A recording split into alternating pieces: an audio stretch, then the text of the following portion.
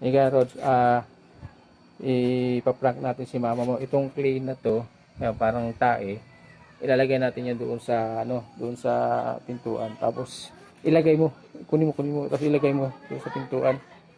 Ayan. Tapos yan diyan, ilagay mo diyan, no. Ayan. Tapos mamaya tatawagan natin si mama mo. Pagka doon ka lang, yan ka lang, ha.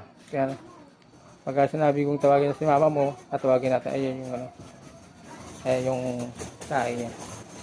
Ayan, tingnan natin kung ano reaction ng mama mo pagka napakan niya yan.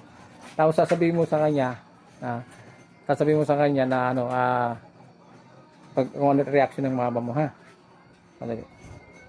Tawagin mo si mama mo. Ma! Makalaman mo para natutuyo na, oh. Hindi yata titigan ito. Bakit yung bibero sa rep? Takil sa pakin kita. Ay! Ano ba yan? Buti na yung alas ang tayo.